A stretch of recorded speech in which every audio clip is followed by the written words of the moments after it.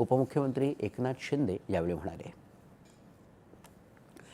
एकट्या मुंबईत सध्या 1.5 ट्रिलियन डॉलर अर्थव्यवस्था निर्माण करण्याची क्षमता आहे, असं प्रतिपादन मुख्यमंत्री देवेंद्र फडणवीस यांनी केलं। मुख्यमंत्री देवेंद्र फडणवीस यांनी 2013-14 या तुकडीतल्या भारतीय विदेश सेवेतील 14 अधिकाऱ्यांशी काल मुंबईत सह्याद्री अतिथीगृह इथं संवाद साधला। मुंबईच्या विकासासाठी बंदरांचा विकास करणं आवश्यक आहे। यासाठी कोस्टल मार्ग तयार करण्यात येत आहे।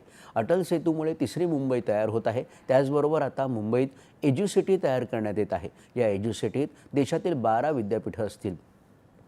ही एज्युसिटी 200 एकर जागेवर उभी करण्यात येणार असून यामध्ये अंदाजे 1 लाख विद्यार्थी शिक्षण घेतील।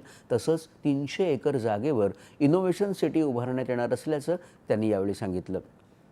मुंबईला तंत्रज्ञानामध्ये सर्वोत्कृष्ट बनवण्यासाठी 1000 एकर जागेवर नॉलेज सिटी उभारण्यात येत आहे। त्यामुळे पुढील 5 वर्षात संपूर्ण मुंबई बदललेली दिसेल, असं मुख्यमंत्री म्हणाले।